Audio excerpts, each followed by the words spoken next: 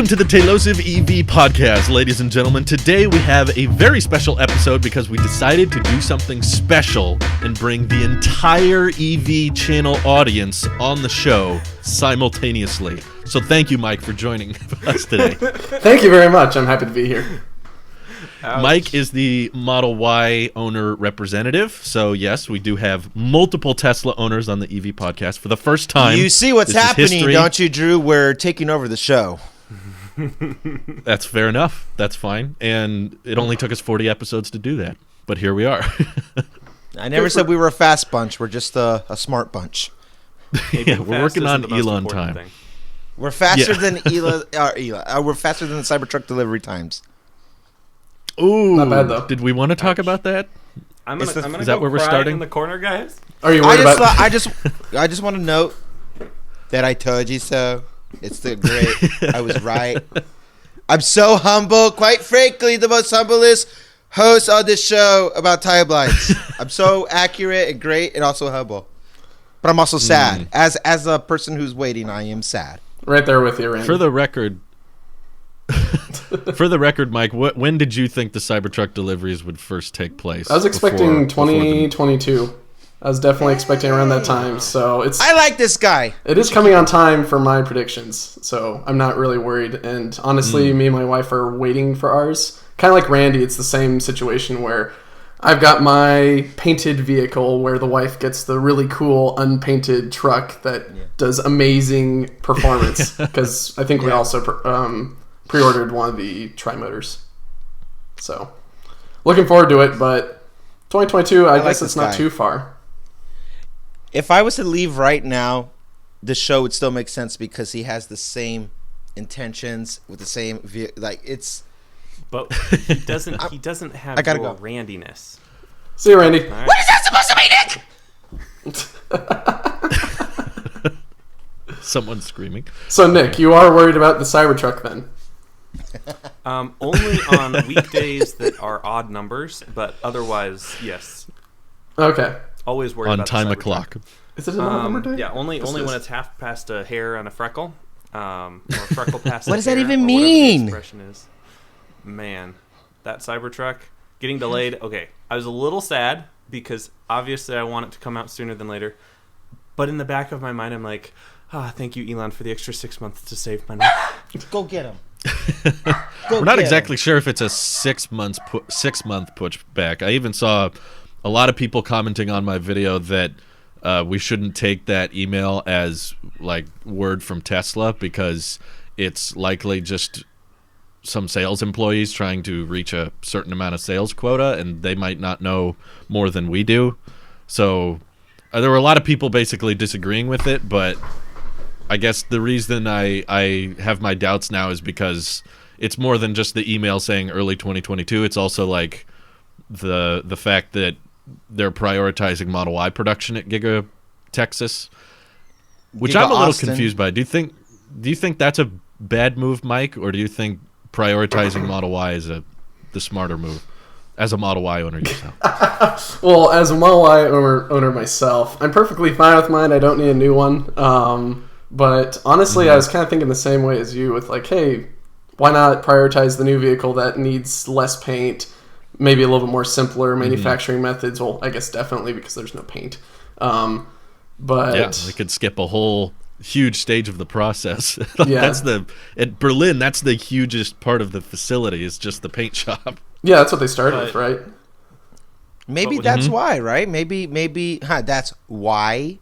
Maybe I know I'm great today. I'm on it. But maybe they're prioritizing Model Y because maybe the turnaround for Cybertruck will be that quick in the sense of assembly and there's a few steps that can be taken out and they can see the demand of a bigger or in this case a smaller SUV but a bigger overall vehicle than the Model 3, whereas the truck people got the first sedan which was the S, and people waited a little bit before putting in the orders. I think people want to see more of it with or without a pre-order, with or without the locked-in full self-driving. Some of those people might not care or even have known about it. There are always, between now and then, there's going to be new people who are being introduced to Tesla in a very, close up or intimate way, whether they see him on the streets or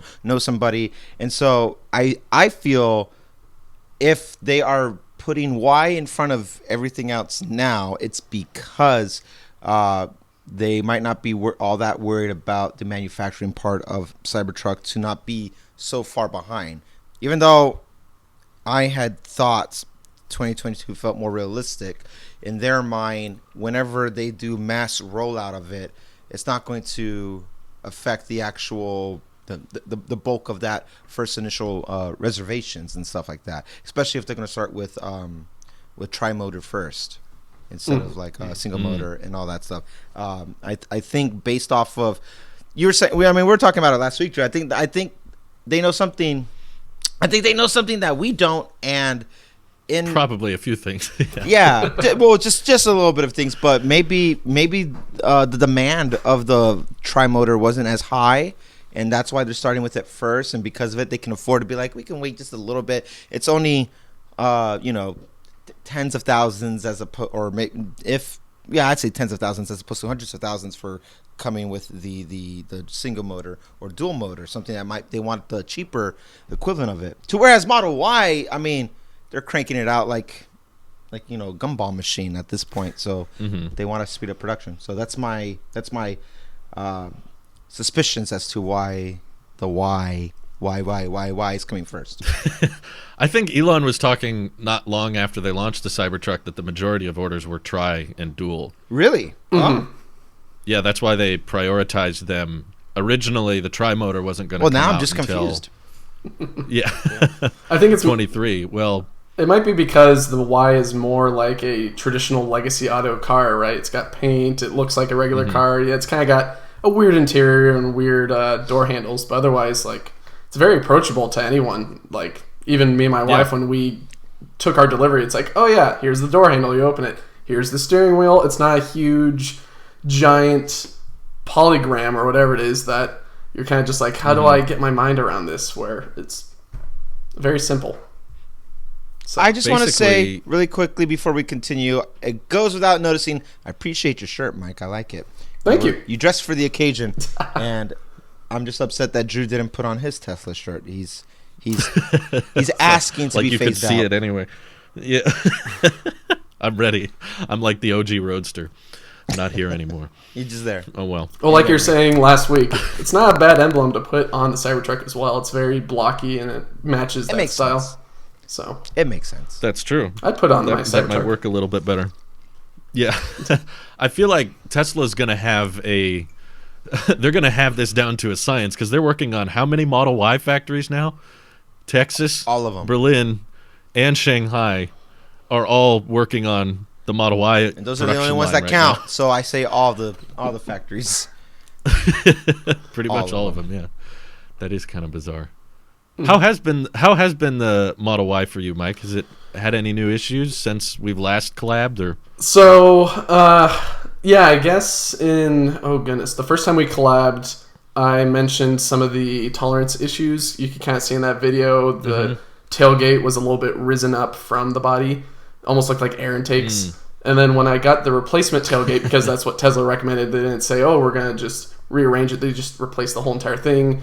Doesn't look too different paint-wise. But definitely they put it on wrong as well, to where when I took it to the detailer, he's like, yeah, try taking your Tesla card and put it in between the seam between the tailgate and the body on this side and do it on the other side.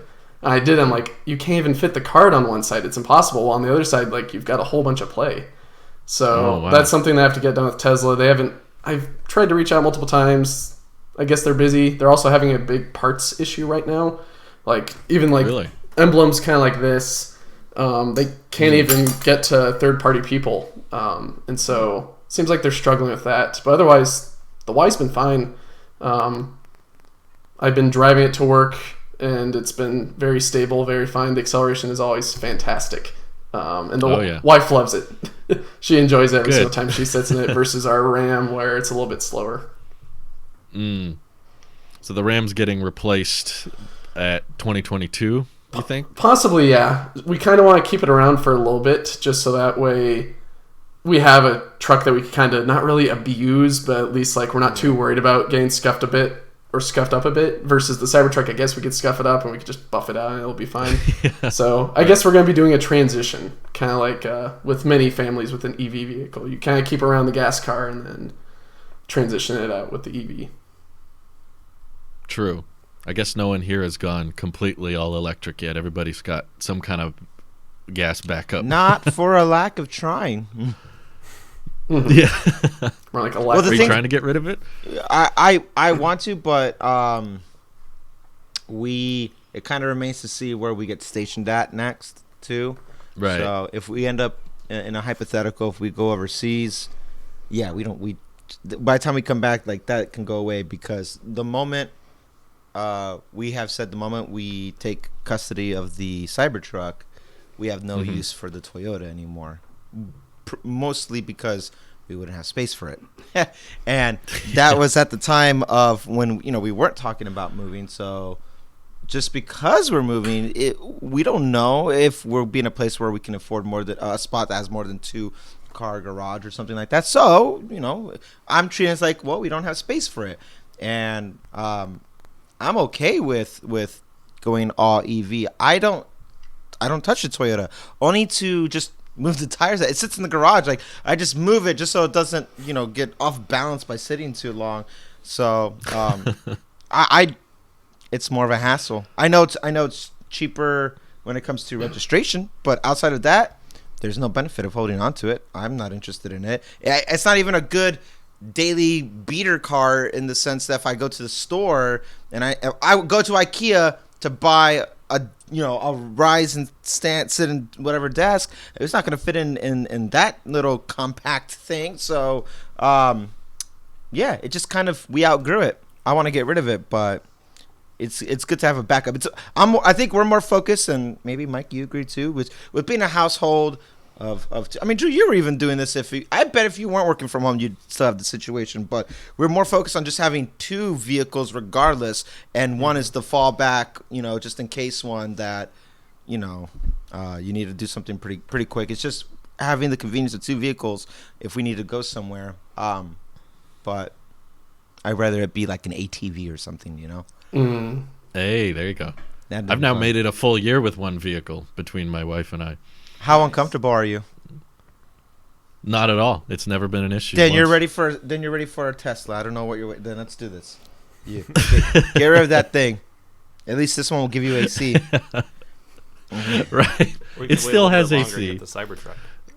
Ooh, not too far away. Nick, you wouldn't have any problem parking, huh? No. You've Where got I like live, a football field parking I have, lot like, at your house. 3 or 4 football fields. Wow. Literally, Someone's bragging. I could take. You remember that Tesla event where everyone was sitting in Model Ys? I believe it was Battery Day. I could have had every single one of those Model Ys on my football fields without a single problem. It would have been perfect. Yeah. You should have a owners club where you are. You know what? That would require get me one to together. be an owner and to have an owner within 100 miles of me. So You'll have plenty of room. I have the room, but not the Teslas, unfortunately. Fair enough. Okay, fair enough. Well, maybe EVs get more popular in the future when the 25K model comes out. That's something I wanted to pick Mike's brain about a little bit. Do you think it'll be cyber exoskeleton cyber sedan, or just Model 3 Mini, like a compressed version of the 3? The more they talk about it, it seems more like it's just going to be like a mini Model 3, where they might be reusing some of the Model 3 panels, kind of like what they did with the Y, but downscaling it to make it easier on just manufacturing.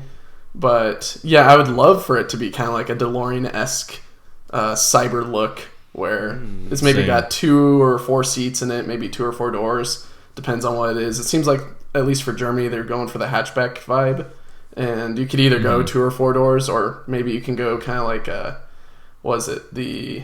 that Hyundai that has 3 doors. maybe they could do that and just make it even weirder. How does that work? It's got 2 doors, I think, on the side? Yeah, 2 on the right, 1 on the left. It's strange That setup. would just feel so off balance. I'd be sitting there driving like, there's something wrong. Why would the doors Everything's not affect in your head? balance. Well, Nick just drives like that in any small car. Yeah, at any small car, I'm already doing this. But Yeah. it would just be extra this with an off-balanced car. Yeah, I guess if the 3 isn't really conductive of your height, Nick, the No, Model 2 unfortunately. or whatever it's going to be called is going to be like a clown car almost. I mean, I could live in a clown car if the price was right, but you know, the Cybertruck's Only if every time you honk the horn and you can change the sound of the horn.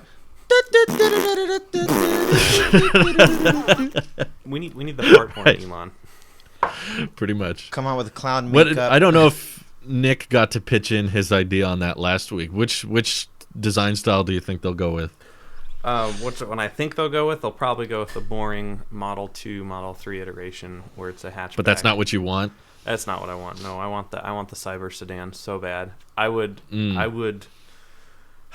I love the DeLorean. I'm very nostalgic about Back to the Future. That's like one of my childhood movies that I did enjoy watching. And you know, there's something about that DeLorean with the flat hood, with the frunk, and the Back to the Future vibes. Like I would be all over Model 2 that was, you know, $25,000-$30,000 that was like a DeLorean, but it was electric and it drove itself and it was all tested out. That would be so cool.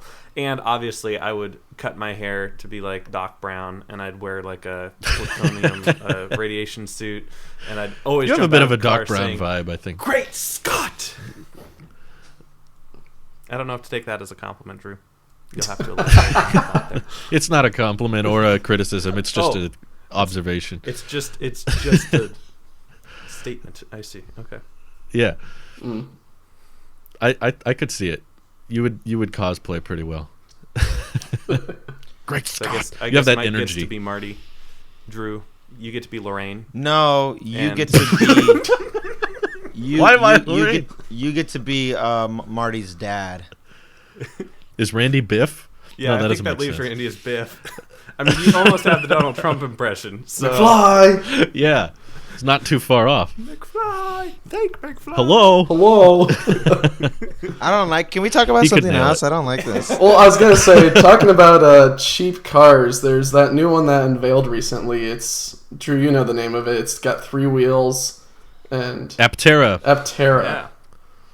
What's that start at? I was texting the guys about it yesterday, and I was saying, like, criticize this all you want, because I knew the second I saw it that Nick and Randy would probably not like it. Oh, I and love I was it. like, this makes me like it even more.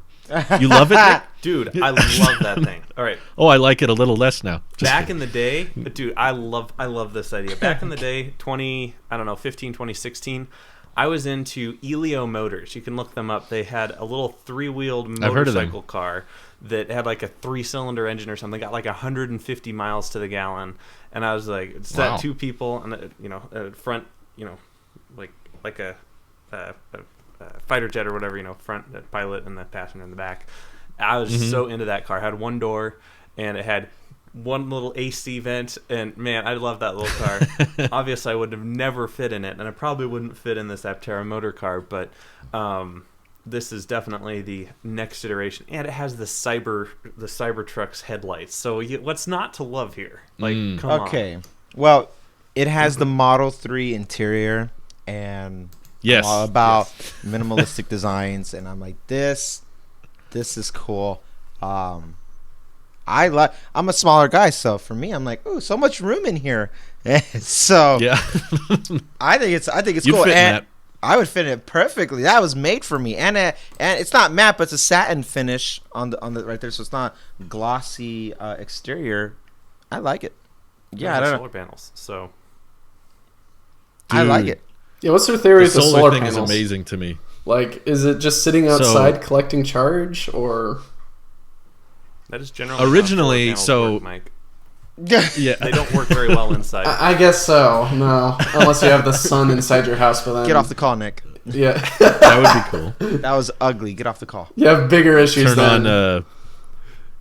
turn on a UV light in your garage and charge your car wirelessly. It'll take a while. Sounds like a great use of energy. Well, I'm just thinking of the paint on it, I guess, like compared to like the Cybertruck. Why not just plug the car in at that point if you're gonna turn on something inside to? Because it's wireless.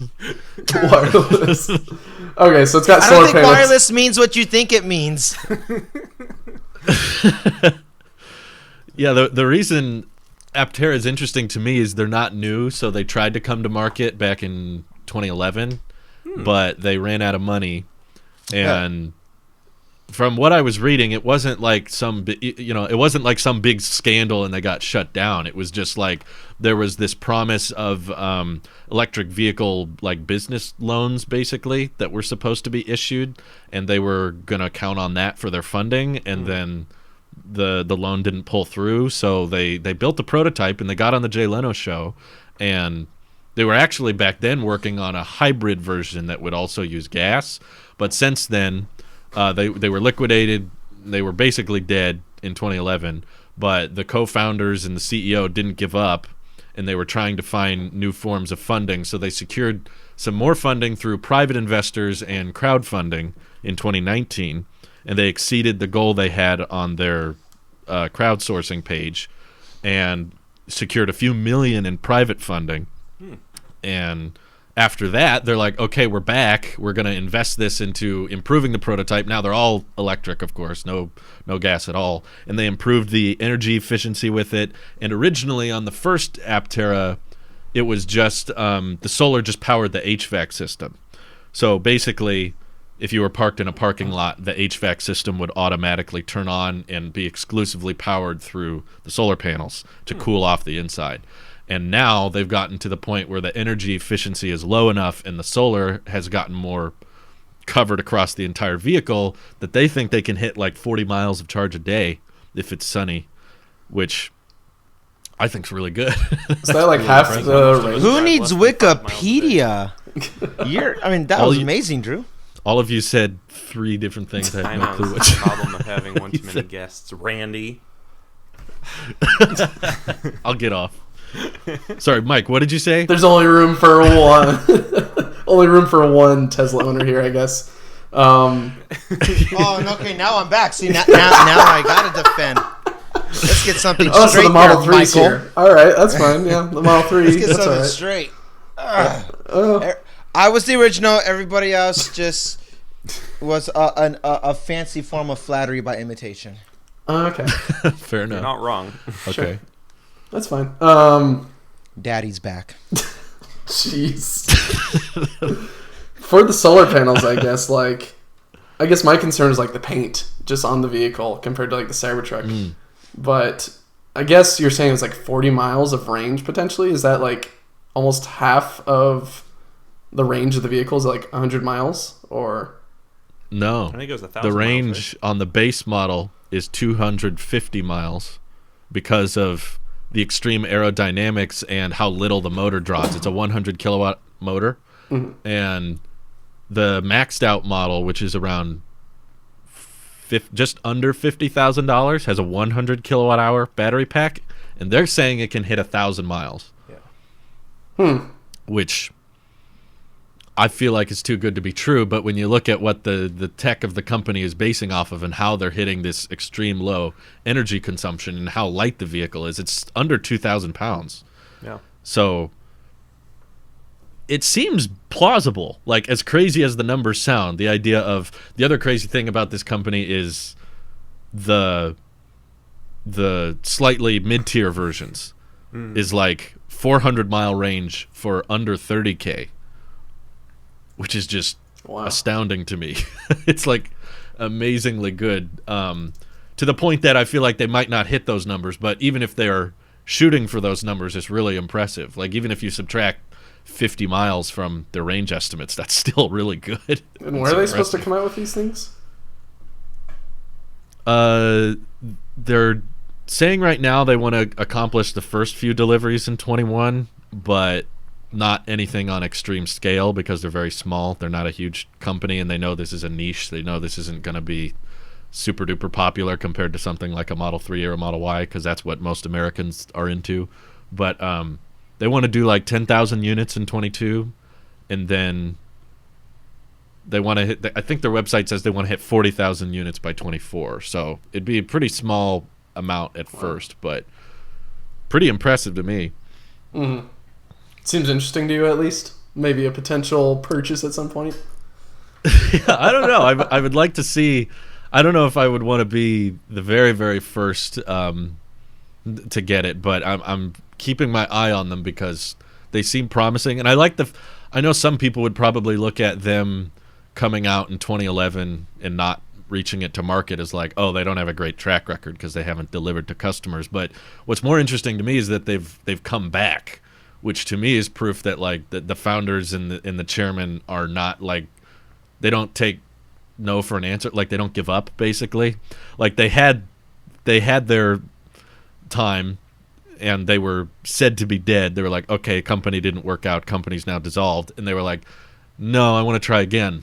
Like I'm going to try to find the right investors, and I'm going to try to, see if we can get some people investing in us online and that kind of thing. So they don't give up easily, and they're going to give it another shot, because I'm like, sure, there's always a chance with all these EV startups that they could be another Milton, and they're just trying to hype up some investors and then run away with the money. But I feel like, why would they try that twice? Like why would they do it a second time unless they truly believed in it and thought there was a future in it? So the range is amazing. The price on the base model is like $25,000. Just pulled up and the fact that this is like impressive. I think it's really cool. Out of all the EV startups there are, I feel like they're the most like very few people talking about them, and not much attention. Monroe isn't involved with them, right? I saw Monroe tweeting about that. I was like, okay. Like whenever Monroe is on board with something, I'm like, all right, that's going somewhere, because he just has an awesome track record and definitely knows his stuff. Definitely knows what companies have promising technology and what he'll invest in, or at least what he'll help with on a problem. Yeah, exactly. Nice. Yeah, I was really excited to see them working with Monroe, and it at least looks like they're talking about scaling and how they increase production, and just their website talking about how they've simplified the design as much as possible is very, very Tesla-like. How they were saying, basically the main body of the vehicle is 4 parts. You've got your top, your 2 sides, and the bottom, and that helps with minimizing the cost, and obviously the interior being super simple helps with minimizing manufacturing and all that kind of thing. It's just one of those startups that I feel like is prioritizing all the things I care about in an EV, which is like, if you don't have kids and you don't have a family and you need something to drive yourself around and you can literally just leave it parked outside for charging, that's wonderful. So it's all composite, I think they're pretty right? cool, but the whole body's like a composite or something. Yeah, they said it's an aluminum and steel composite, and the internal structure is the same type of structure they use on Formula One racing vehicles, and they claim it's pretty safe. They say they're trying to get 5-star safety ratings, but that's obviously a huge concern when driving a vehicle like that. Is how it's going to handle in an accident. Somehow the smart car got 5-star safety rating, and I was always just like, really? I don't know about that. There's always going to be, you're right. There's always going to be a certain amount of safety risk when you're driving something that small, just because in a collision you're going to get crunched a lot more than a larger vehicle. So let's put the safer than a motorcycle. Let's put the Aptera next to the Cybertruck in a head-to-head like government collision where they have the test destruction courses. What do they call those? Where they put them on little sleds and slam them into each other. I just want to see how few scuffs the Cybertruck gets. And this little thing is just a pancake. Pretty sure that Aptera would just go underneath it at that point. Yeah. The Cybertruck will just go over and it'll shave off the top. The Cybertruck maybe loses 1 mile per hour in speed. It just keeps going full speed ahead. Aptera just loses the whole top and everything. Thing's super slick, One though. thing, I like... I'm just a fan of bizarre designs. I like cars that look like they're from the future, and they look like they're off of a movie set, and that's why I like the Cybertruck, and it's also why I like the Apteras. It's like that is definitely like if you drove it around, it would be a statement and it would be a conversation starter, which I'm kind of a fan of. But I'm not just for weird looking cars. I'm for weird looking cars for a reason. It's like they're built bizarre and they're built unique, but there's a bunch of advantages with that. If you build that, that avatar car that BMW made, like clearly never coming to market, but just this crazy car with a bunch of panels and lights in the back, and it's like it's based off of the Avatar movie. I'm just like, what? Like, I'm not into just weird for weird, but if you can do weird for a reason, and for this reason it's just extreme energy efficiency, and you can hit 1,000 miles of range, that's I don't even think I'd want to be in a car that long. That's true. That'd be a really long road trip. That's like a 11, 12-hour road trip, no stops. That's pretty impressive. Yeah, I would have to stop at some point. Yeah. Assuming you're not going uphill at any point. Use a can, Drew. Use a can. Oh, we're not stopping. Right. They do have some. The website is promising some level 2 autonomous driving features. So nothing full self-driving, but like lane guidance and they call emergency it safety pilot. I'm just like safety pilot. You can't call it autopilot, but safety pilot. I like that. Sure. That's just a little add-on. The add-ons aren't that much. I think to get the whole solar package for 40 miles a day is $900 total. So wow, that's affordable. The Cybertruck's going to be competing against that though. So like I'm like, hopefully the Cybertruck solar package is 900 to 1,000. But then I saw the FSD upgrade price, and I was like, oh yeah. Yeah, I'm expecting that. We haven't talked to. Go ahead. Sorry. We haven't talked to Mike about the solar thing. What did you expect that to price at? At least for the Cybertruck, I'm expecting like at least maybe $7,000. If they're trying to make it so it folds up kind of like the regular automatic tonneau cover that they've got, and they're trying to fit solar cells in there and keep the connection at least. It's definitely going to be the wings. Well, yeah. If they're also including the wings, yeah, definitely around there. I just see a lot of issues with trying to make that affordable. It's definitely possible just adding a solar panel on there or making it fold out, kind of like wings. But in terms of just like if they were to integrate it with the tonneau cover, that's going to be a bit expensive to produce and then mass produce and manufacture for hundreds and thousands of customers. I'd Do you think they could end up scrapping it? Oh. I hope not. What were you going to say, Nick? I hope not. Oh, nothing from Nick. Okay, that's fine. No, sorry. That's fine. We'll keep rolling. Our thought. They own Solar City, though, so I'd imagine that they have a good amount of experience. They make the Tesla solar roof. They make Tesla solar roofs. That's true. The actual roof panels that are smaller. The little cells are probably about the same size as this Aptera cell, just like little squares inside the roof tiles. I could definitely see some pretty affordable solar technology going into the Cybertruck. Now, maybe, integrating it into the little pieces, maybe that a bunch of soldering and wiring, maybe that's expensive, but Elon's all about making machines that make machines. So I would imagine that would be a pretty hands-off process. I don't know. I'm holding out for around 5,000. Whenever the day does come that I can buy it, and it's available, and my pre-order comes up, I will be like, more than 5,000, that's going to be a really hard sell, and it better add some significant range, and I better see a good use case for it. But if it's under 5,000, it'll be like, I better add it now, while because you can't add it after, or it's like a RAM upgrade. Probably not. It's like, my wife and I are in a little bit of we're cornered in this aspect of like, do we go with the camper package or do we go with the solar package? And we're kind of waiting on seeing what the solar package looks like.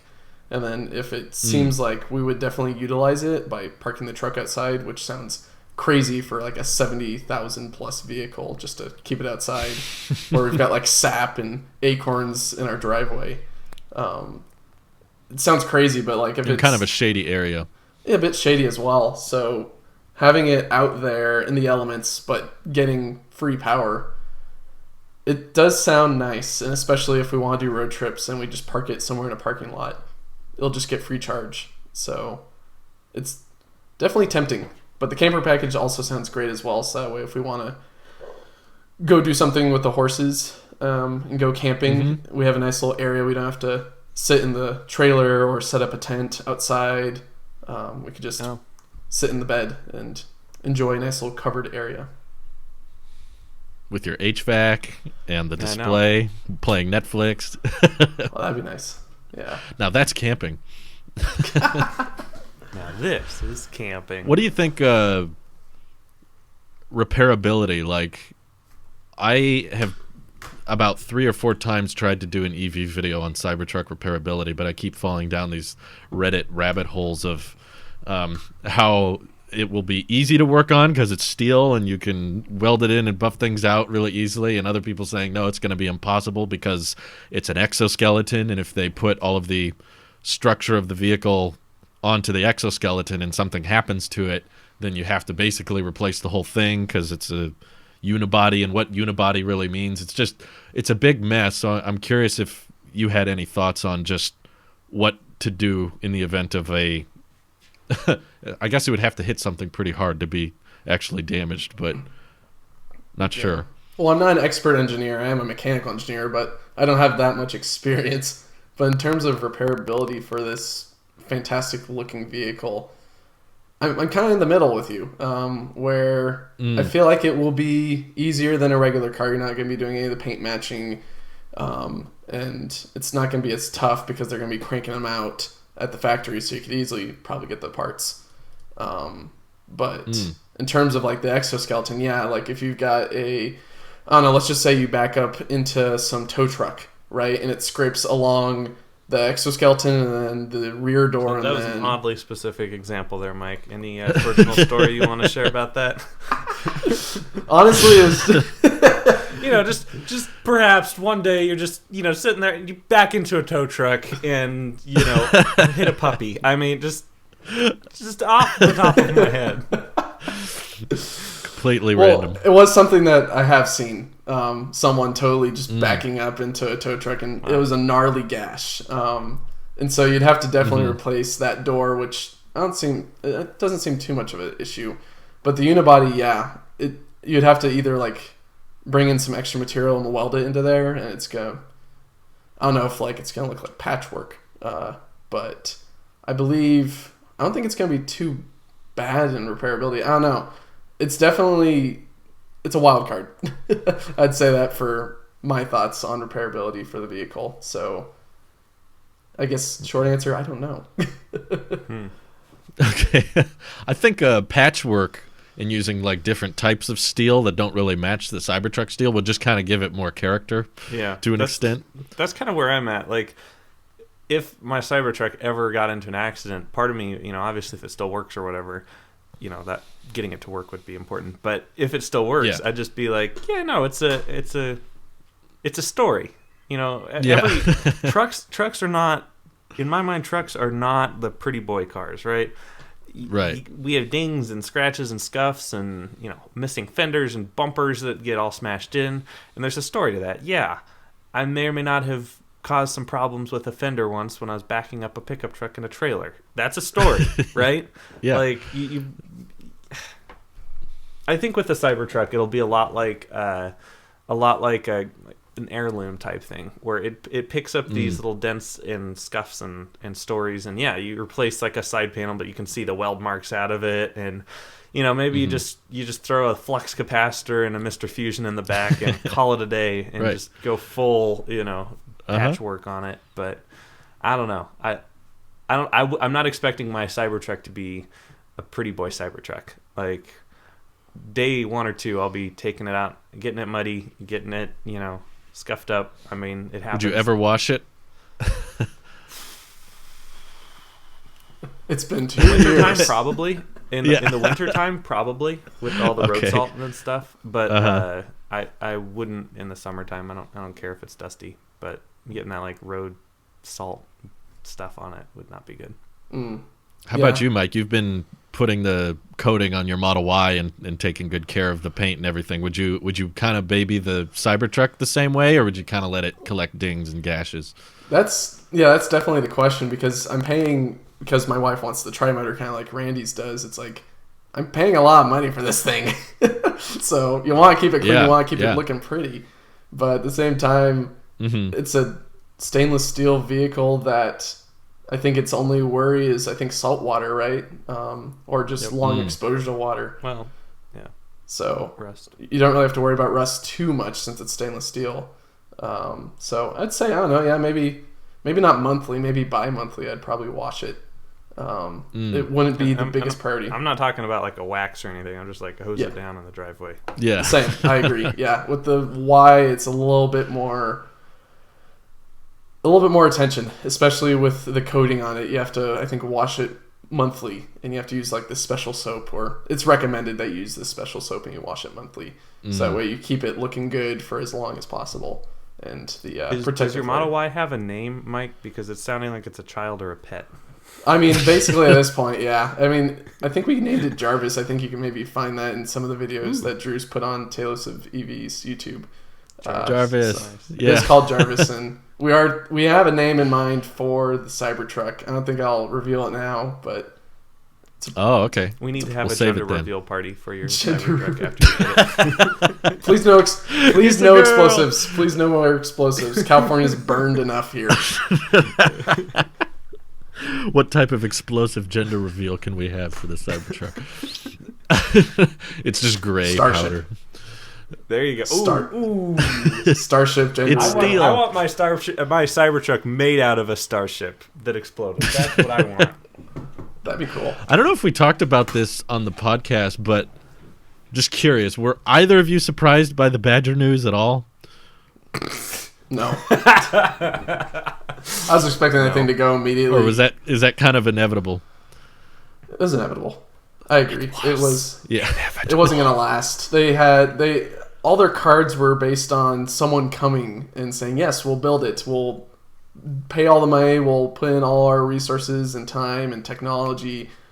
And you just supplied us this picture. Like, it's not really the best company, not motto, but strategy. I mean, No. it's easy to just say, yeah, this person's our contractor and we're going to be just having them do it. But to shelve all of the responsibility off of yourself and onto other companies, it's not really the best solution. No, I agree. I couldn't figure out, especially when they said we're going to be buying batteries and fuel cells from GM. I'm like, so what are you providing exactly? I don't understand. Someone else builds it. I mean, Yeah, looks we provided like our 3D the picture. renders of the interior were made like on Fiverr, but fine. You probably could. I bet. Yeah, you know what? They probably hired someone on Fiverr to design those and then tried to make a few million with the stock. I just can't believe a company like that can be public. I don't understand how that's like allowed to be. Trevor is a sweet talker, that's for sure. Yeah, When you new guy's trying his best. When you first sent me the link to Aptera, I had never heard of them, Drew. And I just Yeah. clicked on the website and I saw like the 4 or 5 like interior renders that they had. Right. And I said, "Oh wow, look, Trevor already started a new company." And I now retract that because obviously they seem a lot more legit working with Monroe. But I was just like, "Oh yeah, ugh." He's left a bad taste in a lot of EV owners' mouths. Yeah, I mean, you should. I think everybody should be a certain level of skeptical with any EV startup, just because there's a lot. It's easy for everyone to see what Tesla did and think, oh, well, lots of other people can also do that. When really, it's like they had a lot of talented engineers and a lot of talented workers that were able to make that company possible and grow it to the scale it is today. And I don't think that type of thing happens all the time. Like, I don't think every EV startup is going to end up like another Tesla. A lot of them are probably not going to make it. And that's why I think there is some chance of maybe Lucid or Rivian getting bought out, as much as I don't want them to, just because they might struggle with the profitability of it. And Tesla struggled with it for a long time too. They're only in more recent history hitting that profitability mark. I think all this talk about being bought out is boring Nick right now. No, it's really just your face, Drew. That's what's boring me at the moment. But I'll cover up. oh, thank you. Much better. Much easier. I was just thinking of how much we've talked about the Cybertruck versus how little we've talked about anything else on every show of Talos of EV ever, and I was like, people must be. Well, the bored. That was Cybertruck's what why the- we're all here. Yeah, I was going to feel say like. this podcast was born from the Cybertruck, right? Yeah, and we can never change that. Like, it will always be like we started the EV channel and the EV podcast because the Cybertruck literally like a year later, and we're still talking about what we think about certain aspects of it. Just shook the world in so many ways of the tech world. So, yeah, that's what will go down that's in fine. history. COVID-19 being the most influential part of 2019, or the Yes. Cybertruck? COVID-19 for sure. I don't know about that.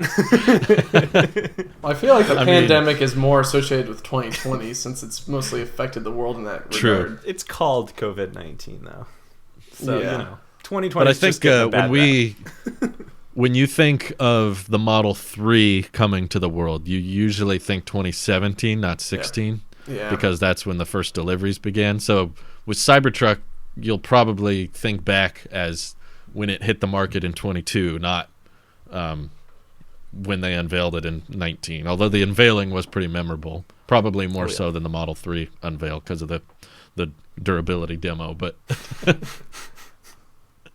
were you like instantly sold on the design? I know you're new on the show for new listeners, but like when the Cybertruck was first unveiled, were you instantly in love, or did you kind of taken off by it at first, or what was your reaction like?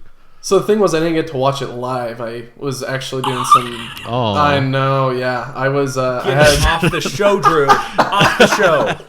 I'm not a Tesla sheep. we don't know where he was. He could have been, doing Saving something kittens extremely from a burning important, building. saving a Okay, cat that's from a the- tree, or That's the only acceptable excuse here. rescuing orphans. Yeah, Does line dancing know. count? yeah. That's pretty important. Yeah. That is, Yeah. think So so. I watched it later after I got back home, and it was funny because my wife passed out on the couch, and I'm watching it on the TV, and I'm like, "What am I looking at? It doesn't have any paint. It doesn't even look like a regular truck. How do you put things in the bed? What am I looking at?" So, Mike, as someone who didn't see their first glimpses of the Cybertruck live, what was the first thing that you saw of the Cybertruck? Did you see like a thumbnail, or like was your first touch or visual of the Cybertruck the laser bar and the smoke? What was your first visual of the Cybertruck? So besides the leaked image that looked nothing like the Yeah. actual product, I think I got on Twitter when I was at the line dancing place I was at, and I just see like the front of this thing, kind of like you're saying with the light bar. I'm like, Okay. I mean, it kind of looks like the teaser, but at the same time, what am I looking at? Like, is this the back? Is this the front? Yeah. And then later when I got to watch the video, I'm like, oh, okay, so it's the front. What? It's a doorstop? Okay. Yeah. It's an Doorstop's a good $80,000 name for it. doorstop there. Very bold. And at the very same time, I was doing a lot of fluid dynamic stuff. So I was doing a lot of aero efficiency analysis. And so looking at this thing, I'm like, this thing doesn't look efficient at all. It looks very blocky, and it's not going to get But good it is. range. Yeah, and then watching the rest of the whole entire presentation, they're like, oh yeah, it gets 250 minimum or 500 maximum, and that's of course due to the batteries and also the unibody. But it was just, it was a really polarizing look of the Cybertruck. So being able to kind of see, okay, I see what direction they're going with this. Stainless steel is definitely the best way to go about making a truck, and without paint, it's fantastic. So I think I just put down, of course, since it was only $100, I put down a $100 reservation on the dual motor, just thinking the wife doesn't care. I could get the $100 back. We'll see I'll what like happens. it later. Yeah, kind of like the whole Nick approach, just like, I'll put in a reservation day one, and if I don't like it. For the record, everyone, that's not the Nick. Nick was sold. He got Nick was every sold, okay. reservation. I guess so. Yeah, He you have a whole reserved every library. config possible. I did. That's 6, right? Because those No. with FSD and those without. I obviously put FSD on all of them because you can opt out of it later, but you can't add it on at the cheaper price later. Gotcha. Yeah, so So he anyone was- want to help he me? was sold on it Go instant. to my GoFundMe and help me buy this Cybertruck, please. Nick needs it. Yeah. So it took you a little while to get comfortable with it? Definitely. It took me, I think, maybe 3 or 4 days, honestly. It wasn't as long as what other people had, where it took them like a few weeks. For me, it was kind of just, okay, interesting choice in design and looks, but it's got great utility and range, so that's fine. Right. And then after like a day or two, I'm like, I could drive a doorstop. I'll look really Driving a weird. doorstop from the future. Exactly. Right. Yeah. It definitely took me a while. It took me a few days before I started getting accustomed to it. But I think I've discovered that I can basically get comfortable with any design if I can understand why it's designed a particular way. So as crazy or as wacky as the design is, if there's a functional purpose behind it, I can get it. So, and that's what the Cybertruck is. It's just pure functionality over form. But even better if you love the form in the first place, like Nick did. Very true. That's the way to go. So, Nick, how many doorstops do you have in your house? I don't own a single doorstop. I will have 3 in my football. I thought field you at have a some point. Windows PC. Ooh, no. I have a MacBook Pro, Drew, that runs Windows on occasion. I do not have a Gotcha. Windows computer. Okay, So Drew, you can turn it is it into a offensive to me doorstop. that you think that I would own a Windows computer. Now, Mike over here, he's allowed to have his Windows computers, and definitely just Windows 10 and all of it. But me, no. No. Well, I don't expect that from Mike. He doesn't come across as that. So Yeah, I'm definitely That's not different. the Apple sheep, but I recognize what Apple does. It's fair not bad. enough. Oh, dear. Would you guys, either of you, have interest in a cyber-esque, sedan, or Mike, are you going to be pretty much like all in on Model Y and Cybertruck for the next decade? So with my wallet, it's definitely just going to be those 2 vehicles. But if they came out with a cyber sedan, it'd be tempting. It'd be nice to have not just the family Y and then the trailering / family truck. To have the nice little sedan that you could go into the town and it has comparable range and you don't have to wash it every single month or whatever. It'd be great. Right. I'm more of looking for the Cyber Roadster. That'd be something that I'd be interested in. Ooh, I definitely don't have the okay. money for it, but that'd be definitely something I'd look into and Roadster. save up every single I like penny the for. concept. Yeah. Yeah, there's a few of them A online. Roadster. It's not a bad look, but Mm-mm. yeah, I guess my Roadster. my concerns with the current Roadster is the paint, of course, because the Cybertruck has True. just revolutionized what we think about in terms of a car. Like, it doesn't have to have paint. Why am I paying for paint then? Why am I trying to? Yeah, why are keep we it- why are we paying for all this if we could just live without it and have something more durable? Yeah. Yeah, I'd say if the Y was not offered with paint, it was just that aluminum, I'd be fine with it. It'd be nice. Really? Yeah, I mean, it'd be really tough to take care of, but because True. it's just aluminum. Right. But otherwise, it'd be a little bit easier. Maybe, I don't know. I'd have to do it. You wouldn't Comparison. have to get your cat fur sponge out every month and clean it with the Cat fur. special sponge and the I'd have to get my soap and microfiber towel and make sure it's all clean Yeah. and there's no Your defects in the ShamWow. towel. The ShamWow. Right. Exactly. Yeah, so Yeah, that's just what I don't get behind is the having to baby it thing, because I'm like, after a certain amount of time I'm just gonna stop and give up and just let it start collecting dings and get dirty. So why not just let it be more durable and save some money? indeed, yeah. and stress. It's stress. And a lot of people wrap their vehicles anyway. Like, why not have an option for them to be like, take some money off the retail price with no paint, and I'll wrap it myself, or I'll just live with no paint. Maybe it's not a great look, but it's probably what a lot of people would go for. Yeah, it's definitely a lot of options that mostly the legacy auto companies would probably not go for, just because they offer a lot of options. Like, you see the amount of paint colors that Chevrolet offers, and it's like, holy moly. True. And then you look at Tesla, it's like, there's only 5. Okay. Pretty much it. So to offer like no paint on a Tesla, it's really tough to at least twist their arm in that regard, since they're only doing it on the truck for right now, and I wouldn't really Right. see them doing it for the sexy lineup at all. Yeah, maybe they should make it a special order, like the old standard range Model 3. You had to like call in for it. Just tell That's them. gone. Just don't paint. Yeah, they got rid of it. Sad day. Oh well. Mm. Oh well. No more. I'm curious about picking your brain. I think we touched on this in the Discord briefly, and I don't think me and Nick got to talk about it. This is perfect. We got Randy off. Great. Now we can Bye, Randy. dive into this discussion. There were some talks. A lot of people have been talking about robo-taxis and how that's going to change the landscape. And there's a lot of people saying that if robo-taxis are achieved, okay, so we're not having that discussion. So we already have some of us have our doubts about how close a robo-taxi is and how far away we are from level 5. The redhead in the group, but you know. We can have our doubts, but that's not what we're debating here. Let's just say they achieve level 5 robo-taxis. They can drive people around, nobody in them. There's a lot of people saying that will mean car ownership dies off and barely anybody will own a car anymore because it'll be infinitely cheaper to just ride-hail through a autonomous vehicle everywhere. And I'm curious to you guys, would you not feel the need to own a car anymore if robo-taxis became a reality, or would you still want to own a car?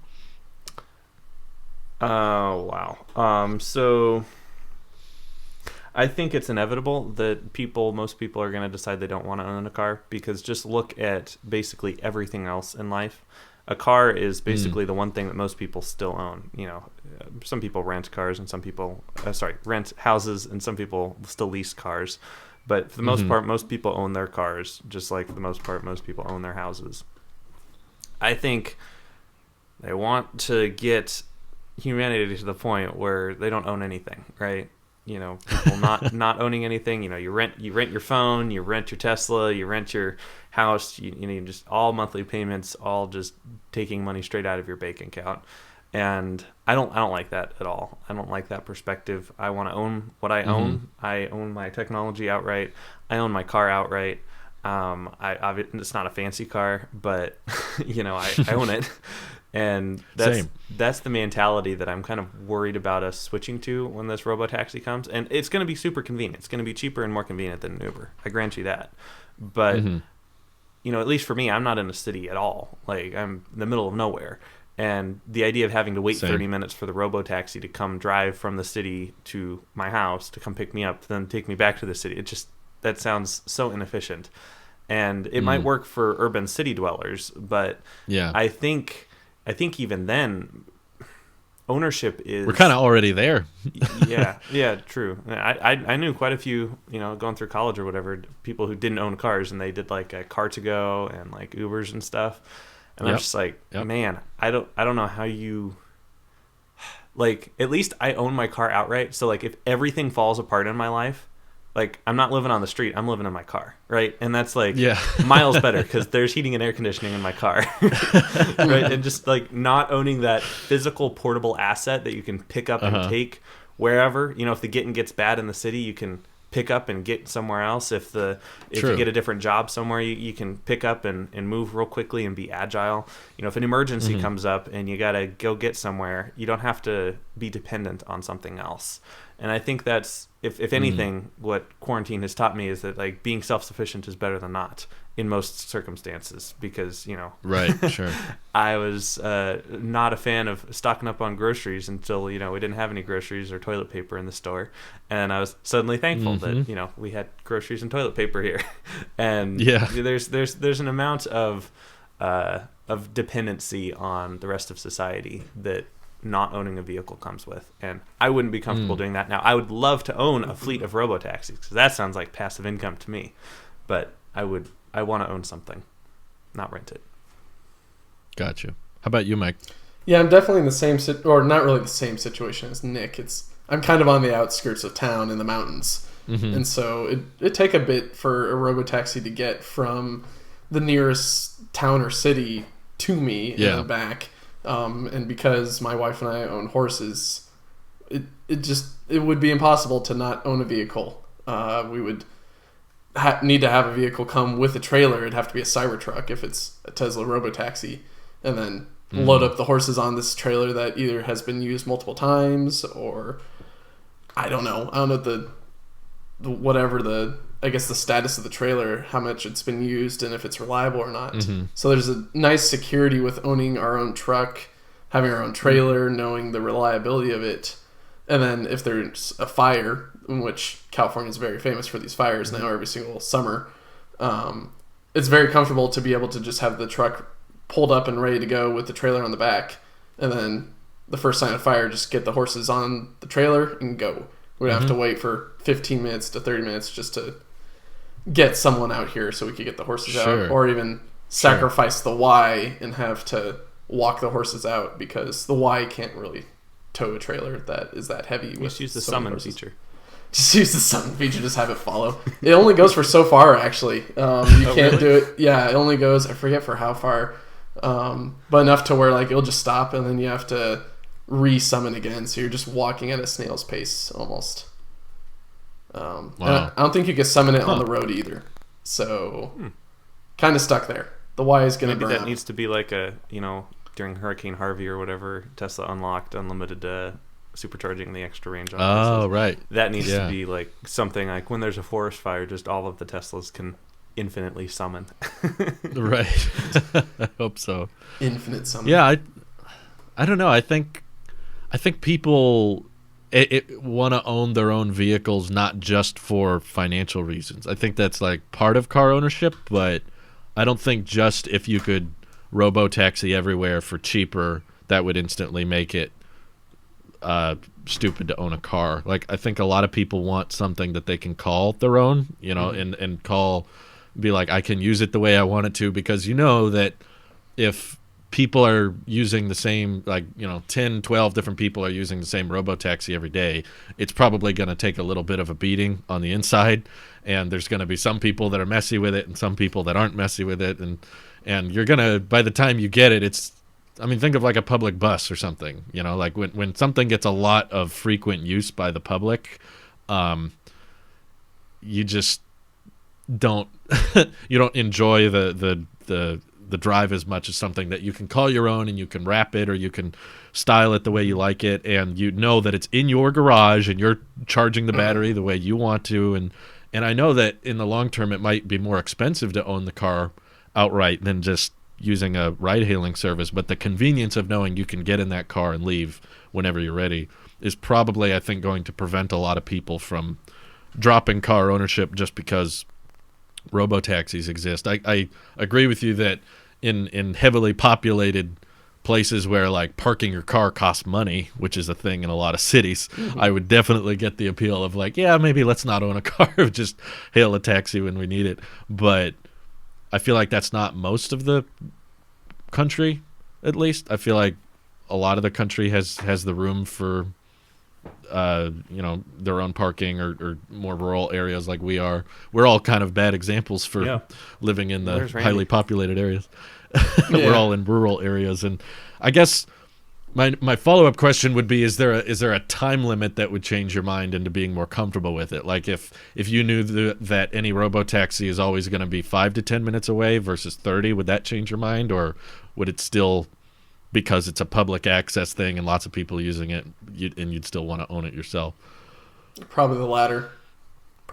Just because I like having my car clean, and when I'm sitting in a car, I'm always thinking about cleanliness, especially these days with being healthy.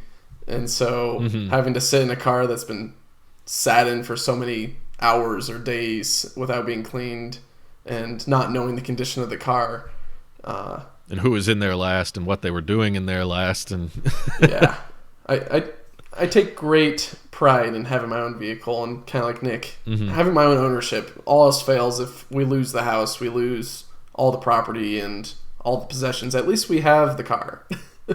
Yeah, that's yours. You got it. Yeah. And so time wouldn't influence the decision on ownership or not? Not really, no. I'd like to drive my Cybertruck at least. Yeah. It'd be interesting to see. I mean, for people maybe in tougher financial situations, I could get it. That's what a lot of public transport is for right now, is people who can't afford to have their own form of transportation. So I could see car ownership going down a bit, but I just don't see it. I've just seen a few YouTubers and a few podcasters say like nobody's going to own cars in the future, and I'm like, I don't know. I have a hard time believing that. Like, or maybe it should be a question of how far in the future are we talking. I think that's like a lot of urban bias that comes into play when people say that. Because I get it. I lived in Denver, the big city. Like I went downtown every day for school and work. Like I totally understand. It's inconvenient to have a car downtown. I had to pay $14 a day to park my car at my work. Really? Yeah. Wow. It was painful. That sucks. But it was that or take the 90-minute train bus combo. That's no fun either. And you just kind of do it. And so I can understand where a good number of people who are in those urban centers would think everyone's going to not own a car in the future.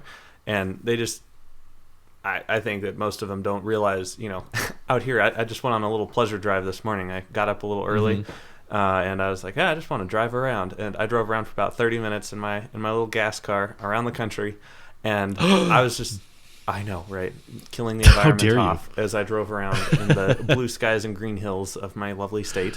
And I was just like, these houses are so far apart. Like, 30 seconds of highway driving, house, driveway.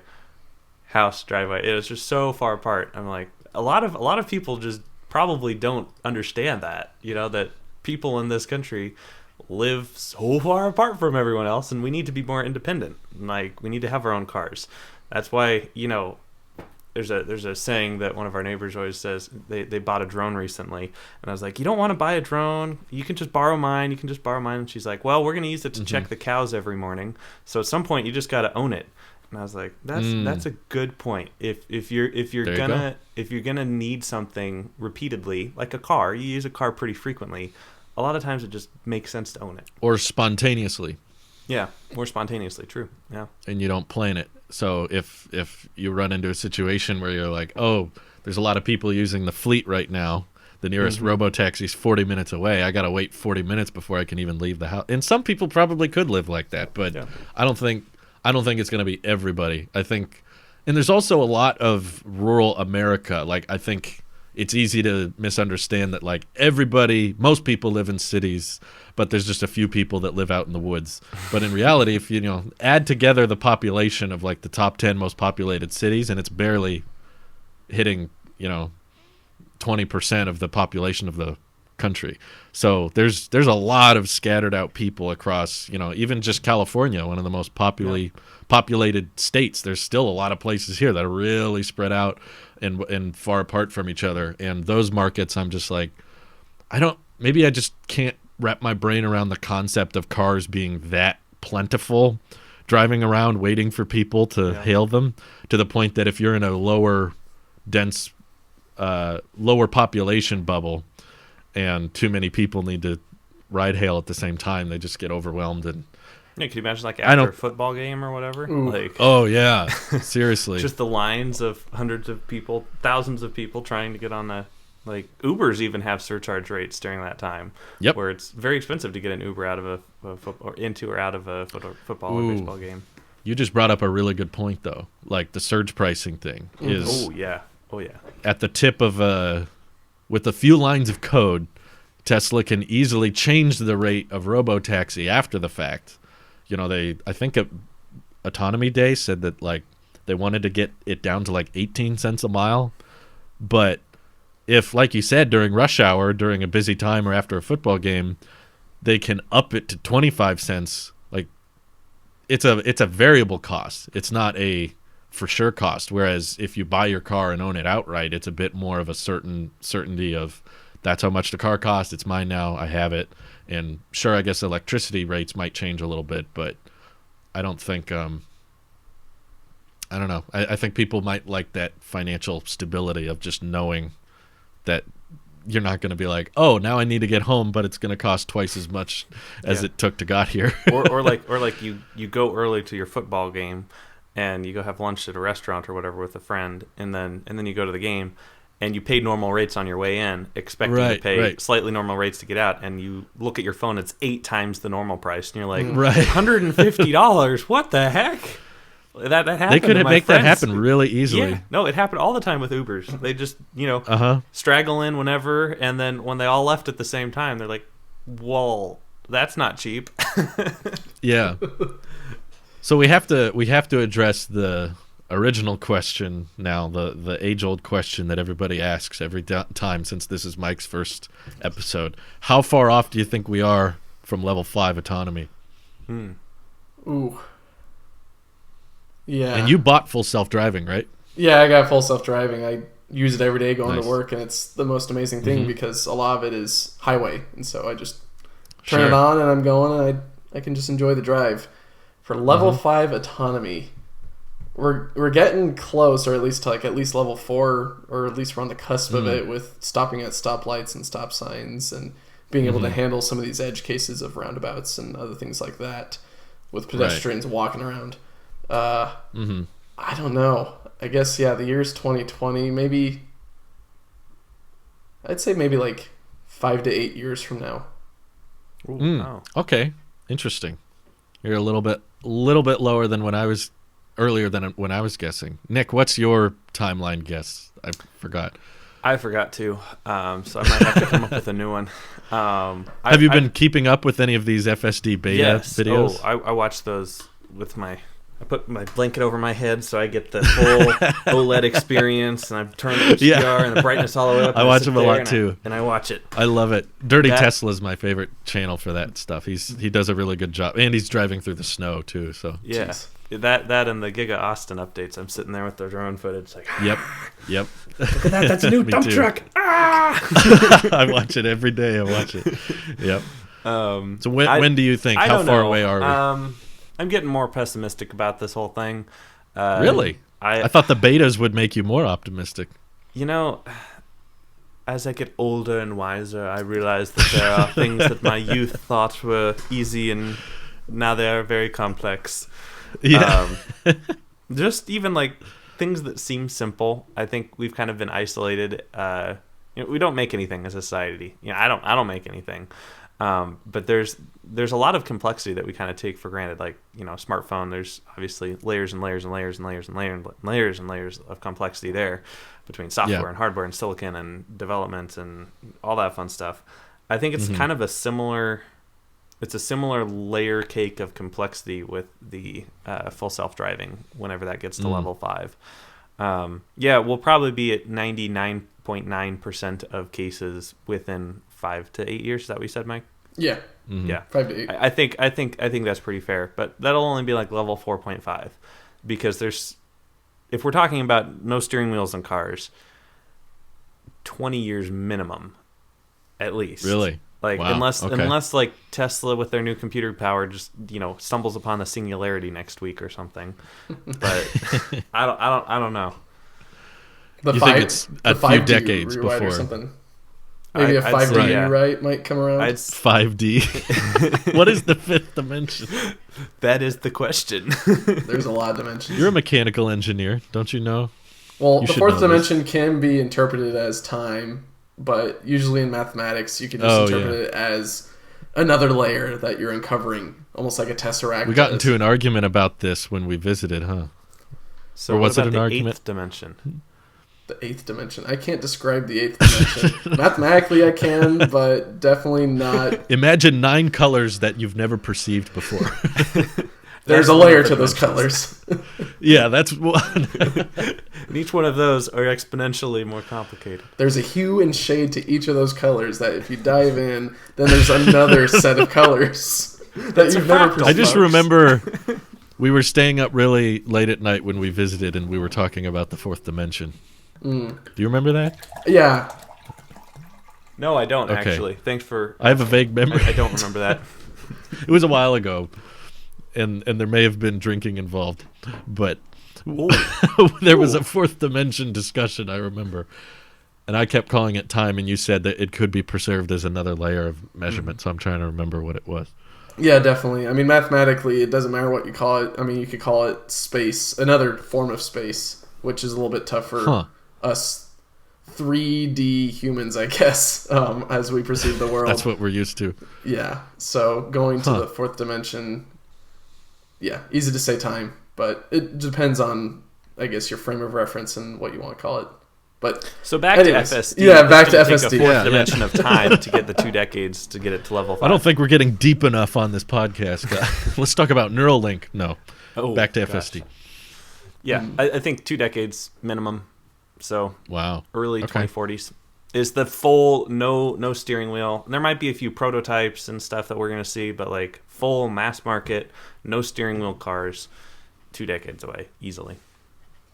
Like, and I know Randy you guys says catch 60 to 80 years, right? So, I'm not the Randy says probably never for certain jurisdictions, which I haven't said never. But I still think further than Elon thinks. He was just quoted last week for saying 2021 he thinks it'll be legal in some places, and I don't know, but there's also a video I watched recently. Have you guys kept up with any of those autonomous driving taxis in China? Not really. They just went live last week, and they actually have a few vehicles on some routes with no driver taking people around. I think that they're pre-mapped routes, so it's very geo-locked. It's sort of like Waymo in that sense, but I guess Elon would probably say like true level 5 isn't geo-locked, right? Like it can go anywhere, which I would agree is probably 10 plus years away to a certain extent, but it's definitely going to be chasing those 9s. It's not that I looked at autopilot once and was like, I didn't take this exit right. This will never be ready. It's like, I do believe in the level 4 stuff, because the car driving itself and just occasionally, very, very rarely needing a slight overtake by the driver, just a little bit of input to save it from a certain turn or a certain exit, that I see as being not very far away. Looking at the FSD beta and how it's handling in those videos, I just see a huge jump for that final 0.0001%, because it only takes one instance. See, go ahead. I think Mike would understand this as a math guy. We are chasing down an exponentially more difficult problem with a linear solution. So it's going to take a long time for unless we somehow make a quantum singularity type exponential leap in our understanding of AI. I think we're trying to basically come at this with generational linear improvements, and it might be pretty steep linear, but the problem is exponential as far as each time you fix. Okay, now we know what to do when a cat falls out of the tree onto the 3 feet in front of us. We swerve a little, or just the so lane markings being weird. Yeah, and the weather influencing the sensors, and there's still times where you see the sun hit the cameras wrong and the car freaks out and that kind of thing. So it's similar to I think last week Randy and I were comparing it to airplanes like being tested, like the 737 Max kind of thing. Like if there's one, it's not just it has to be better than a human. It has to be better than like the best human possible, because average drivers aren't very good, but we can take away their license. We can penalize that one driver. But when you have one piece of software driving millions, that's a different discussion, because now if there's even one tiny example, and it's safe 99.99% of the time, but there's one example where it did the wrong thing and it caused an accident or killed somebody, then basically I think the government's going to want to stop the whole software fleet. They're just going to be like, okay, turn them all off, because if there's one issue that could be repeated, and it's potentially a software flaw that could be found in any one of these millions of robo-taxis, then we're not going to allow it. So I get why they would want to be extremely... Average is not a good goal.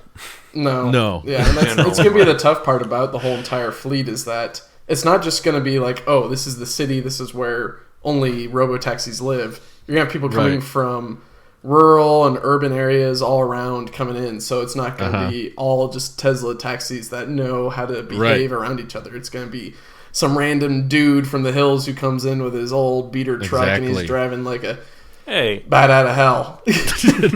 Not attacking you. But definitely like challenging the system. And the system's going to have to figure out, okay, how do I deal with this human in front of me? Do I act a lot more cautious where I'm driving slow and irritating everyone in traffic? Or do I go a little bit more Mad Max mode and counter his erratic movements with some smarter movements that could be considered erratic, but ultimately are safe, which then, again, brings in the legalities of the whole entire system. And is it safe to put someone in there without any control, without being able to hit a pedal or turn the wheel, because there'll be none. So would you say level 5 is here when Tesla assumes responsibility for an accident? Yeah, I kind of like what you brought up last week. Yeah, I feel like if they are comfortable enough with their system to where they're saying, yeah, we'll take all responsibility for that one random person in Kentucky who had a tree fall on his car. Yeah, I guess that was us or something. Yeah, I'd definitely say if they're putting their money where their mouth is, or at least owning they're not doing that now at all. No, they're definitely, every single time there's a new beta on the Tesla when it pops up, it's like, okay, here's the page of all the betas. If you enable this, it's all you. It's no one else. Yeah. You own the car. So I definitely see that as a cornerstone or a turning point, at least, where Tesla is comfortable enough to say, yes, we believe in the system. It's going to be smart. It's going to be strong. It's not going to make any sudden erratic movements that's going to put dangerous conditions on the road. Right. Yeah. And if it does mess up, it'll be on our end. We'll have to pay for the repairs or whatever. Yeah. In which then insurance is going to be interesting in that regard. Yeah, true. I think in order for level 5 to be truly widespread, society is going to have to change pretty significantly. The general consensus will have to be driving is unsafe.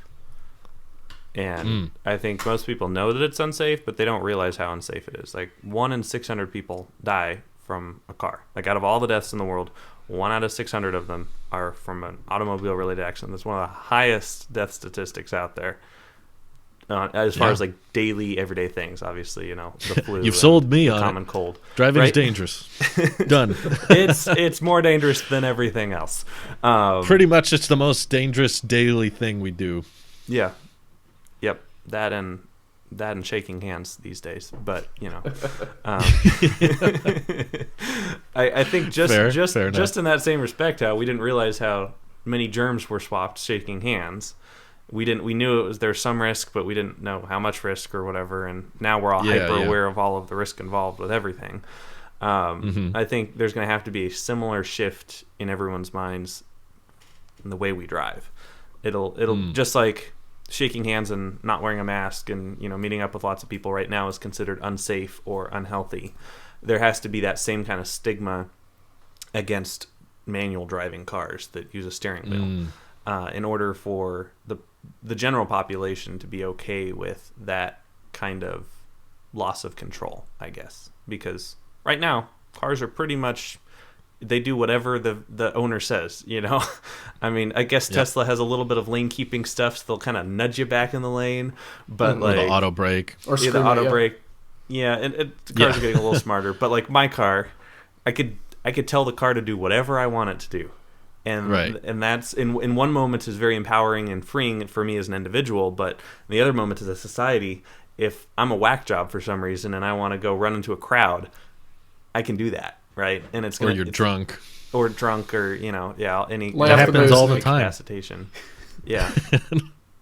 So anyway, it's going to take a shift, a large societal shift, in order for level 5 to be accepted. Definitely. Yeah, I think you're right, and I don't think it's going to be easy to convince people of that, because I mean already Tesla can say autopilot's 8 times safer than the average driver. Like they have the data on that, saying, this is 8 times less likely to get in an accident than the typical driver. But even then, there's still going to be a general public, I think, resistance to the idea of letting a computer and software just do all the steering and everything, and you completely let go. Just from human nature, being skeptical of something foreign being in control of the vehicle. We're just not used to that. We're not comfortable with it. So it's going to be you're right, a huge society challenge to get people comfortable with the idea of letting go and just turning around and not even being ready to take over, which is where we're at I'm now. I'm not saying that's a good thing. I'm just saying that's what's going to have to happen. Yeah. Definitely even getting people acclimated to battery cars as well. I know a lot of people in my life who are just like, are Teslas actually that safe? Like, I see a lot of these people driving real quick or whatever, and then it crashes for some reason, and then the car catches on fire. I'm like, well, that's the same for any other vehicle too. It's right. Internal combustion engine cars burn all the time, and you don't hear it in the news. It's only because these electric cars, which are resurging back into popularity, are just a little bit more foreign to people, and getting used to, yes, it's a battery pack underneath you. Yes, it has the potential to catch on fire. But guess what? You used to carry around about 100 pounds of flammable fluid in the back of your car. So exactly. Yeah, Teslas are safe. They're really safe. Even my wife, when we were getting the car wrapped, we have an old Mazda that we have as a backup. So we've got 3 vehicles. And even then, she's like, I don't like you driving the Mazda to work. I'm like, why? And she's like, it's not safe. I'm like, okay, so you want me to drive the truck, which is really big, and I can run over someone? She's like, at least you're safe. I'm like, okay. I never really hear this when I'm driving the Tesla. And she's like, well, I know the Tesla's safe. So it's just more of convincing people and getting, kind of like how Elon in the community says, getting butts into seats. Understand that, yes, this is a fantastic vehicle, both performance-wise, range-wise for electric vehicles today, and then safety-wise as well. Like 5-star safety ratings for every single one. I think Model Y is still pending. So all over the board, 5 stars. How can you not go with it? Getting the public comfortable with new ideas and new tech is the challenge, I guess. That's why I guess I have my doubts about the robo-taxi thing, because I know that there's a lot of that outside of Tesla's control. Like, they could make it as safe as they wanted to, but if regulators in the government are just like, nope, not good enough, or nope, too scary, I don't understand it, so I'm not going to legalize it, then Tesla can't really do anything on that. Yeah, you can shake your fist and yell at the government, they should allow us to do it, but it doesn't change the fact that it's not here. So that's why I'd be cautious recommending anybody. I've talked to a few people actually that have bought up multiple Teslas with full self-driving as their retirement plan. And they're going to use them for robo-taxi, which I wish you the best, but I wouldn't do that myself personally. That's not yet. It's at not least. your. No, I wouldn't be the first wave of people to do that. Maybe if someone else was doing it, but even then, I don't know. It sounds too hypothetical for me to put that kind of money down on it. So, yeah, definitely. Do you think 10,000 is too high? If you asked me earlier in the year, I'd say yeah. But now that I've got it, no. Especially with my reserve. Now that I own it, no. No. What did you get it for? I got for, I think, oh goodness, it was either 7 or 8, it depends, because my delivery was the weirdest situation ever since it was right at the beginning of the pandemic. And even then. It was 7 back then. Yeah, I guess it was 7. Maybe it changed to 8. I'm not too sure. It was like April is when we got it. And even them delivering the car is hilarious because they just dropped it off on the side of the road and that was it. So that's my ideal Tesla delivery. Oh, it was great. Yeah, that sounds wonderful. So no one talked to you? Did it come with a big bow on it though? They like one of those. No, I've seen all those like Honda car commercials every Christmas. The smiling husband and the smiling wife get a car with a bow on it. I want Tesla to do that, but sadly, not as no bow just in everyday life. Yeah, no bow on mine. It was even weirder because the wife and I were out, I guess, doing chores, or maybe getting groceries or something like that, trying to be safe as possible doing it. So it took a while, and we get back and the car's just there. Like, they didn't even, like, maybe they sent me an email and I didn't check, but the car was just there. It's like, is that our car? Is it delivered today? And then we look at the email. How do you unlock it? Oh, it was really interesting, at least at the touchless delivery, because you're like, okay, usually you go to the not service center, I guess the delivery center, and you go there, and you sign all the paperwork with the employee, and then you pick up the car. With this one, they dropped off the car, the folder of all the papers was in the passenger seat, and then in an email, they said, okay, you log on to your Tesla app, And then Oh. because online your Tesla account is connected to the car since you own it, it connects it that way. So all you have to do is enable the app and then do some startup of putting in your email and maybe some other information, and then unlocks. So it knows it's you. Yeah, Wow. so there's no other way of someone getting in. It was pretty funny because we tried opening it before we did the app, and the car is just like Sentry mode. And we're like, oh, well, this isn't right. Thankfully, it wasn't honking. Who are you? Get away That's from awesome. me! Get off my lawn! Yeah, it was a really cool experience, though. It wasn't the experience I thought. Like dreaming every single day for a year from March 2019 to March 2020 of just like, ooh, it's going to be great driving down to the delivery center in Fremont and picking up the car. Instead, it's just, here it is. Have fun. You just drove home one day and it was there. Yeah, it was That is pretty interesting. cool. Pretty cool. I think Yeah. Tesla's doing some pretty revolutionary stuff just delivering cars. It's a whole lot different from Legacy Auto, which I think they have a leg up on. Definitely. Yeah. I think probably one of the most fun things about a level 5 autonomy would be self-delivery of the car. Yeah. It just drives Full itself to the house. self-delivery. Full self FSD, right? There's like a little printer inside the glove box, and you get in, it just and spits out the paperwork and your registration, and the little There you go. LCD screen on the back that's the license plate just changes its number, so you don't even have to go to the DMV. That's what I'm looking for.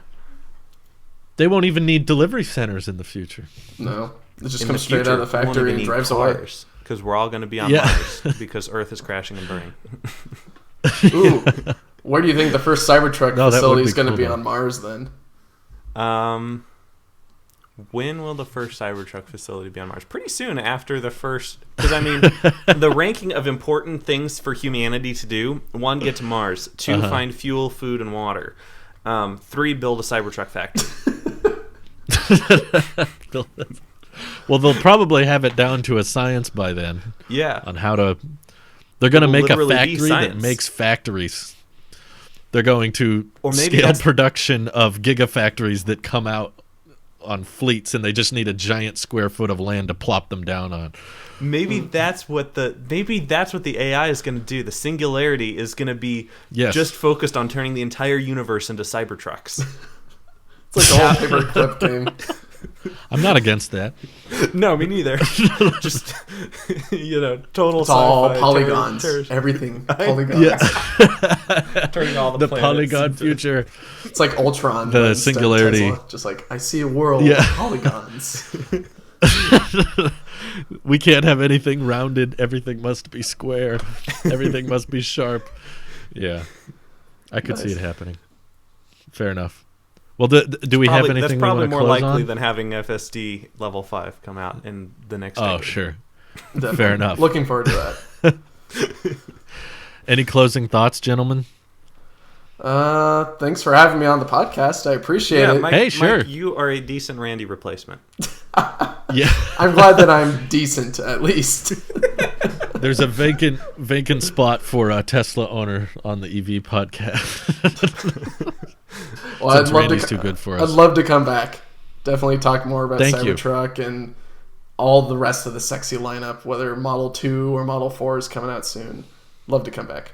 Or the stock. We could talk more about that later. Oh, yeah, that too. Closing Or pretty fourth high. dimensional AIs that create, interdimensional holes to Mars to build Cybertruck factories. Yes, we need to talk about that more. S&P 500. Can they develop an AI that tells me when to buy Tesla stock? Okay. The answer is yes, and the answer to the AI will always spit out is buy, because Buy. the best time to buy stock is now. The second to best time Yes. was way back at the beginning in 2008. It's too late. All right, guys. Thank you all for watching or listening. We will catch you next week. Have a great day. Thanks, Mike. Appreciate it. Signing